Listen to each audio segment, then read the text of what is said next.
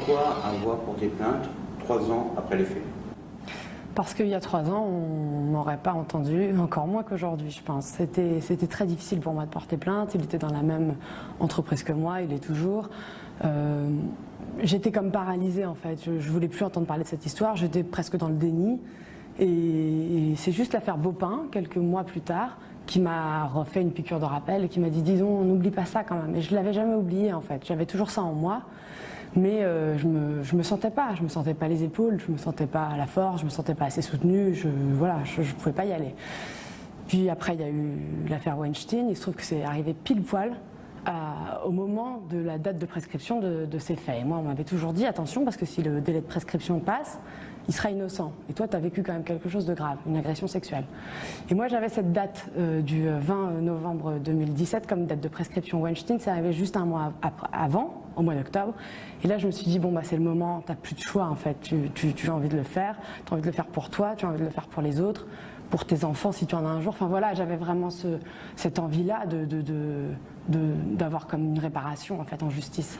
Et alors le fait qu'il soit réintégré aujourd'hui dans la rédaction, comment vous le vivez? Il n'est pas exactement dans la rédaction, on n'est pas censé se croiser. Je le vis évidemment mal, c'est très difficile pour moi, mais c'est difficile depuis 3 ans en réalité de le croiser. Donc voilà, je respecte cette décision, c'est pas la mienne, je le fais avec. Est-ce que vous regrettez d'avoir porté plainte? Non, absolument pas. Je pense que je vis ça comme un soulagement depuis que je l'ai fait. C'était dur à porter en fait. Et c'est très dur à porter pour, je pense, toutes les femmes. Moi, pour moi, ça l'était. Et les hommes d'ailleurs. Mais une fois qu'on passe le pas, en fait, en tout cas, moi, c'est comme ça que je le vis. Je suis soulagée et j'espère que ça ira jusqu'au bout. Et qu'est-ce qui a été le plus dur pour vous? L'agression. Et aujourd'hui, comment vous vivez cette tribune des 100 femmes qui parlent d'une liberté d'importuner? Je la vis mal.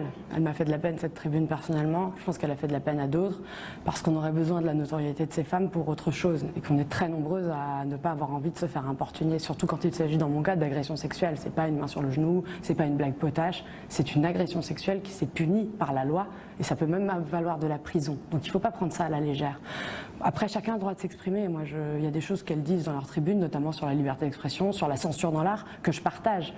Mais il faut pas tout mélanger, et surtout, je pense qu'il faut qu'elles nous écoutent. Elles sont souvent plus âgées, elles ne sont pas forcément de la même génération que nous. On n'a pas forcément les mêmes vécus et nous, en fait, on ne supporte plus ça. Enfin, en tout cas, moi, je ne supporte plus qu'on puisse porter atteinte à mon intégrité physique, surtout sur mon lieu de travail. Et c'est ça, en fait, le message que moi, en tout cas, j'ai envie de faire passer.